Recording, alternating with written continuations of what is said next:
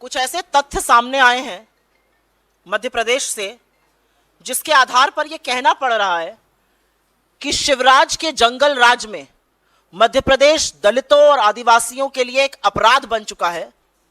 और खास तौर से अगर दलित महिला या आदिवासी महिला है तो उसके लिए शिवराज जी का मध्य प्रदेश नर्क बन चुका है। आप सबने 12 साल की उस सबोध बच्ची के बारे में पढ़ा होगा। रूह कांपने वाला इंसिडेंट है। सरकार की कमी, पुलिस की निष्क्रियता के बारे में भी हम चर्चा करेंगे, लेकिन मुझे लगता है कि सभ्य समाज में 12 साल की एक बच्ची खून से लथपथ महाकाल की नगरी में 8 किलोमीटर तक चलती रही और मदद मांग रही थी, न्याय नहीं मांग रही थी, अपने तन को ढकने के लिए वस्त्र मांग रही थी और इस सभ्य समाज ने उसको एक कपड़ा नहीं दिया। तो ये सभ्य नहीं, ये सड़ चुके समाज की निशानी है, ये पुलिस की निष्क्रियता की निशानी है। क्योंकि अब जो तथ्य सामने आ रहे हैं वो पर दर परत पुलिस की निष्क्रियता की वजह से जो अपराध हुआ है उसको खोलते जा रहे हैं। जो चुप्पी शिवराज सरकार की है वो अब सब समझ में आने लगी है। अभी थोड़ी देर पहले इंदौर के एक अस्पताल में मध्य प्रदेश के प्रभारी महासचिव श्री रणदीप सिंह सुरजेवाला जी, इंदौर के हमारे विधायक, इंदौर के जिला कांग्रेस के अध्यक्ष और महिला कांग्रेस की नेत्रियां उस बच्ची से मिली। उसकी हालत गंभीर है। वो जबरदस्त शारीरिक और मानसिक यातना और पीड़ा से जूझ रही है। उसके गुप्तांग नष्ट हो चुके हैं। उसके ऑर्गन्स का रिकंस्ट्रक्शन करना पड़ रहा है। और अब समझ में आ रहा है कि पिछले 4-5 दिन से यह षड्यंत्रकारी और रहस्यमयी चुप्पी प्रदेश के मुख्यमंत्री शिवराज सिंह चौहान की क्यों है। क्योंकि तथ्य यह सामने आ रहा है कि वो 12 साल की बच्ची, सतना की रहने वाली एक दलित परिवार की बच्ची है, जिसको लीपा पोती करके यह बताया जा रहा था कि वो उत्तर प्रदेश की है, भिखारी है और विक्षिप्त दिमाग की है। वो सतना की रहने वाली है, दलित परिवार की बच्ची है। सतना स्कूल गई थी, घर नहीं लौटी। उसके परिवारजनों ने सतना की पुलिस में जाकर एफआईआर करने की कोशिश की और यहां से पुलिस की लापरवाही और पुलिस के अपराधी होने का स्वांग शुरू होता है। सतना के पुलिस स्टेशन में बोल दिया गया कि आप यहां से जाइए, खुद ढूंढिए, हम एफआईआर दर्ज अभी नहीं करेंगे। 24 घंटे बर्बाद कर दिए गए। अगर सतना के पुलिस स्टेशन, बस स्टेशन पर, रेलवे स्टेशन पर जाकर सीसीटीवी कैमरा चेक किया गया होता तो शायद यह दुर्घटना, शायद यह दुष्कर्म, शायद यह पाप, शायद यह अन्याय टाला जा सकता था। सतना की पुलिस ने कोई कार्रवाई नहीं करी। 24 घंटे तक उनको घुमाते रहे, परिवार वाले बेचारे ढूंढते रहे। अंततोगत्वा 24 घंटे बाद एक एफआईआर दर्ज हुई। उसके बाद 2 दिन तक अखबार में खबरें आती रही कि एक बच्ची के साथ ऐसा ऐसा हो गया है। लेकिन सतना के पुलिस अधिकारियों ने, सतना के पुलिस महकमे ने यह जानने की कोशिश नहीं करी कि क्या यह वो बच्ची तो नहीं है जो गुमशुदा है सतना से। यह जानने की कोशिश नहीं हुई। आज सरकार से सवाल है, करीब 700 किलोमीटर की दूरी है सतना और उज्जैन में। 13 घंटे लगते हैं गाड़ी में सबसे अच्छे रूट से चलने में। यह बच्ची वहां कैसे आई? इसको अगवा किया गया, इसका अपहरण हुआ। 12 साल की बच्ची अपने आप नहीं आ सकती है। तो 2 दिन तक अखबार में खबरें आती रही, इस पर कोई कार्रवाई नहीं करी गई। सतना की पुलिस पूरी तरह से निष्क्रिय रही। उसके बाद शुरू होता है उज्जैन की पुलिस का पाप। उज्जैन की पुलिस ने crime and criminal tracking network system को ही अगर खंगाल लिया होता तो 12 साल की बच्ची के गुमशुदा होने की खबर मिल जाती और पता चल जाता ये बच्ची कौन है, उसकी तफ्तीश की जाती। उन्होंने ऐसा नहीं किया। वो 12 साल की बच्ची खून से लथपथ जब अंततोगत्वा उज्जैन की पुलिस के पास पहुंची तो वो बदहाल जरूर थी, लेकिन उसने अपने पिता का, अपने दादा का, अपना और गांव का नाम बताया। और उसके बावजूद उज्जैन की पुलिस ने उसको यूपी का बता दिया, जबकि उसकी बोली बघेलखंड की थी। उसको यूपी का बताकर उसको भिखारी घोषित कर दिया गया, उसको विक्षिप्त दिमाग का घोषित कर दिया गया। वो बच्ची जो 8 किलोमीटर पैदल चल के न्याय की गुहार लगाती रही, जिसने अपना नाम सही बताया, इस हालत में पिता का नाम बताया, दादा का नाम बताया, उसको दिमागी रूप से विक्षिप्त और भिखारी घोषित कर दिया गया। जबकि उस बच्ची ने स्कूल यूनिफॉर्म पहनी हुई थी। जिस बच्ची ने स्कूल यूनिफॉर्म पहनी थी उसको किस तरह से दिमागी रूप से विक्षिप्त घोषित किया गया, भिखारी घोषित किया, यह भी सवाल है। अगर आप एफआईआर पढ़िए तो बेकार की बातें उसमें लिखी। उसके पिता और दादा का नाम एक करके छाप दिया गया है। यह कह दिया गया है वो मंदिर के पास घूमकर खाना मांग रही थी, बल्कि सच्चाई है कि जब वो पहुंची उसी दिन उसके साथ दुष्कर्म हो गया था। तो सवाल यह है कि शिवराज सिंह चौहान, नरोत्तम मिश्रा वहां के गृह मंत्री चुप क्यों हैं? इतने दिन बाद भी 5 दिन बीत गए, आज भी उस बच्ची की टोह लेने भाजपा का एक नेता नहीं गया है। एक बहुत बड़े नेता हैं जिनका काम अब हाथ जोड़ के वोट मांगना थोड़ा ही है, हेलीकॉप्टर से रैली एड्रेस करना है। कैलाश विजयवर्गीय जी इस अस्पताल से 1 किलोमीटर की दूरी पर रहते हैं, लेकिन उस बच्ची की टोह लेने, उस बच्ची की खबर लेने ना मुख्यमंत्री गए, ना गृह मंत्री गए और ना कैलाश विजयवर्गीय गए, जो लोकल हैं और वहां पर पास में रहते हैं।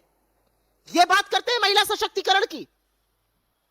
एक दलित बच्ची के साथ दुष्कर्म हुआ, उसकी लीपापोती करने की कोशिश करी गई, उसको यूपी का बताने की कोशिश करी गई, उसको भिखारी और विक्षिप्त बताने की कोशिश की गई। देश के प्रधानमंत्री के मुंह से एक शब्द नहीं निकला। बड़ा वंदन अपना करा रहे थे महिला आरक्षण बिल पास कराकर, देश के गृह मंत्री मौन है। एक महिला बाल विकास मंत्री है इस देश में, वो मुहूर्त और समय देखकर बोलती है सिर्फ और सिर्फ राहुल गांधी जी के खिलाफ। चुप है, महिला आयोग चुप है, एनसीपीसीआर की चुप्पी बर्दाश्त नहीं हो रही है। यह बाल संरक्षण आयोग क्यों चुप बैठा हुआ है? ये सब लोग मौन हैं, ये सब लोग चुप हैं, लेकिन एक दलित बच्ची के साथ वो दुष्कर्म हुआ है जो अमानवीय है, जिसको सोचकर आपकी हाड़ कांप जाएगी। इन लोगों के पास बड़े बड़े इश्तिहार मध्य प्रदेश में लगाने का टाइम है, पैसा है। हेलीकॉप्टर से घूम घूम कर, उड़न खटोले से घूम घूम कर खूब रैली और भाषण बांटने का टाइम है। इनके पास कार्यकर्ता महाकुंभ करने का वक्त है, लेकिन इनके पास यह वक्त नहीं है कि उस अबोध बच्ची की टोह ली जा सके, उसके परिवार को सांत्वना दी जा सके, प्रशासन और पुलिस से उसके परिवार को वहां बुलाया जा सके। अंततोगत्वा अखबार में फोटो देखकर उसके दादा पुलिस में गए और उन्होंने कहा यह हमारी बच्ची है। क्यों छुपाया जा रहा है कि वो दलित परिवार की है? क्यों छुपाया जा रहा है कि वो सत्ता की है? क्यों छुपाया जा रहा है कि पुलिस की निष्क्रियता और पुलिस के चलते, पुलिस और प्रशासन का फेलियर है कि उस लड़की के साथ यह हुआ? अगर 24 घंटे पहले एफआईआर दर्ज हो जाती, अगर सीसीटीवी ट्रैक हो जाते, अगर वो बच्ची मिल जाती, तो उसके साथ ऐसी अमानवीय, ऐसी बर्बरता कतई ना होती। ये चुनावी महोत्सव मना रहे। क्या है चुनाव? क्यों होते हैं चुनाव? चुनाव होते हैं कि वो जनप्रतिनिधि चुने जाएं जो सत्ता में आकर आपके दुख, आपके दर्द, आपकी पीड़ा, आपकी वेदना की बात करें, जो उड़न खटोलों पर घूमकर भाषण ना दें और बड़े नेता ना बने, जो उस बच्ची के लिए और उसके हक के लिए खड़े हो। चुनावी महोत्सव मना रहे। ये बात करेंगे महिला सशक्तिकरण की। ये जो व्हाट अबाउटरी करते हैं रेप पर, इनसे बात करो इसकी तो बताएंगे किसी कांग्रेस शासित राज्य का नाम। कहीं पर हुआ है ऐसा कि पुलिस की निष्क्रियता रही? पुलिस ने ना crime and criminal tracking network system देखा, ना सीसीटीवी कैमरा देखे, ना उसकी सही जगह की शिनाख्त करी गई, उसको भिखारी और विक्षिप्त दिमाग का बता दिया गया। किसी और राज्य में हुआ है ये? और मध्य प्रदेश में दलित, आदिवासी और महिला होना एक पाप हो चुका है। ये मेरा आंकड़ा नहीं है, यह आंकड़ा इस सरकार ने सदन में दिया है। 13 लाख महिलाएं लापता हुई पिछले कुछ सालों में। सबसे ज्यादा संख्या मध्य प्रदेश की है। 1,60,180 महिलाएं और 38,000 से ज्यादा नाबालिग बच्चियां। नाबालिग के साथ दुष्कर्म में नंबर 1 अगर कोई स्टेट इस देश की है तो वो मध्य प्रदेश है और शिवराज जी का जंगल राज है। 18 सालों में उनकी सत्ता रही। यह अलग बात है कि ना उनका एक नीति याद है, ना उनका नाम याद आता है प्रधानमंत्री को। 18 साल सत्ता में 58,000 रेप के मामले सामने आए। मतलब हर दिन मध्य प्रदेश में 8 बलात्कार होते हैं। 68,000 अगवा होने के मामले सामने आए। मतलब 13 बच्चियां, 13 महिलाएं रोज की प्रतिदिन अगवा की जा रही हैं, उनका अपहरण हो रहा है। ये बात करेंगे महिला सशक्तिकरण की। असलियत यह है कि चाहे आदिवासी के सिर पर पेशाब करने का मामला हो जो भाजपा के नेता ने किया मध्य प्रदेश में, चाहे इस दलित बेटी के साथ यह मामला हो, चाहे आज सवेरे अभी इस दलित बेटी का मामला चल ही रहा है, उस पर लीपापोती शिवराज का जंगल राज कर ही रहा है, एक और मामला सामने आ जाता है कि आदिवासी महिला का रेप और हत्या का। यह असलियत है मध्य प्रदेश की। 18 साल से जो लोग बात महिला सशक्तिकरण की करते हैं, उनकी नाक के नीचे ये हो रहा है महिलाओं के साथ, बच्चियों के साथ। लेकिन देश के प्रधानमंत्री, देश के गृह मंत्री, देश की महिला बाल विकास मंत्री, देश का महिला आयोग, बाल संरक्षण आयोग, सब मुंह में मौन और चुप्पी धारे बैठे हुए हैं। शिवराज सिंह चौहान उड़न खटेलों से उड़ उड़कर भाषण बांट रहे हैं, उनके पास वक्त नहीं है इस बच्ची की खैर खबर लेने का। कैलाश विजयवर्गीय माइक पर बता रहे हैं 1% लड़ने का चुनाव मन नहीं है। अरे मन नहीं है तो जाइए उस बच्ची से मिलिए। कहां से न्याय की उम्मीद की जाए, यह सवाल आज आप जैसे लोगों से मीडिया के माध्यम से पूछना बनता है। न्याय की उम्मीद, न्याय की गुहार कहां लगाई जाए, यह असलियत है। I will very briefly make a statement in English. There's a gruesome crime against a 12-year-old girl that has come to light in Madhya Pradesh, something that has really shocked the collective consciousness of this country. But the reality is that the Shivraj Singh Chauhan government has been absolutely silent on it, and it now comes to light that it all happened because the police was callous, careless, and may I dare say, a part of this entire crime against this little girl.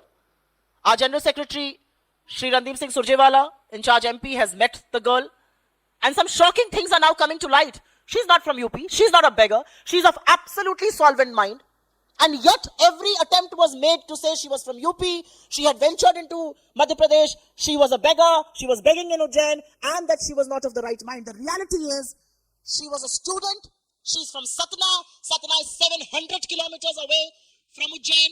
How did she reach there? It takes 13 hours to travel by road. The reality also is that once she went missing from school, her family went to the Satna police that refused to file an FIR for 24 hours. They refused to track the CCTV cameras. Had they done that, this could have been prevented. Had the Ujjain police tracked the crime and criminal tracking network system, they would have found out about a girl missing from Satna being found in Ujjain. The reality is this little girl, after being raped brutally and smeared with blood, she walked for 8 kilometers asking for help, and people did not help her. When she finally reached the police, she told them her name, she told them their father's name, she told them her grandfather's name. She was wearing a school uniform, and even then, she was declared that she was begging and she was of an insolvent mind. What is the police's role in this? Why is the Chief Minister quiet? What is the Home Minister of Madhya Pradesh doing? Kailash Vijaywargiya stays 1 kilometer away from the hospital in which she's admitted. Why can they not go and find out? This is the absolute jungle raj, the absolute breakdown and collapse of law and order as far as Dalits, tribals, women in Madhya Pradesh is concerned. The Chief Minister has the time to travel on helicopters and campaign. He has the time for advertisements. He has the time to do a Karyakarta Mahakumbh. But as far as women in MP is concerned, it's a travesty, it's a tragedy to be a woman in that state. The Prime Minister, conspicuously quiet like always. The Home Minister never talks on women. In fact, gives political patronage to people like Braj Bhushan Singh who do crime against women. The Women and Child Development Minister, we all know, only opens her mouth while she's speaking against Rahul Gandhi. What about the NCW? What about the NCPCR? When are they going to speak up? So these are very, very basic questions that one must raise, because Madhya Pradesh has become the hotbed for crime against women and especially minor girls. It's number 1 in the country as far as crime against minor girls is concerned. In the last 18 years, 58,000 rapes means 8 rapes a day. 68,000 women abducted means 13 women abducted a day. 13 lakh women have gone missing in this country is the data that was given by the government in parliament. Maximum number from MP, over 1,60,000 women, over 38,000 minor girls. That's the record of Madhya Pradesh. That's the record of the BJP. The reality is that the Chief Minister, the Home Minister have completely failed women in Madhya Pradesh, and particularly if you're from the Dalit and the tribal community. And the only reason that Shivraj Singh Chauhan is conspicuously quiet and silent is because this girl comes from a Dalit community. And which is why no outrage, which is why the police looked the other way as a gruesome crime happened here. This could have been avoided. This could have been averted.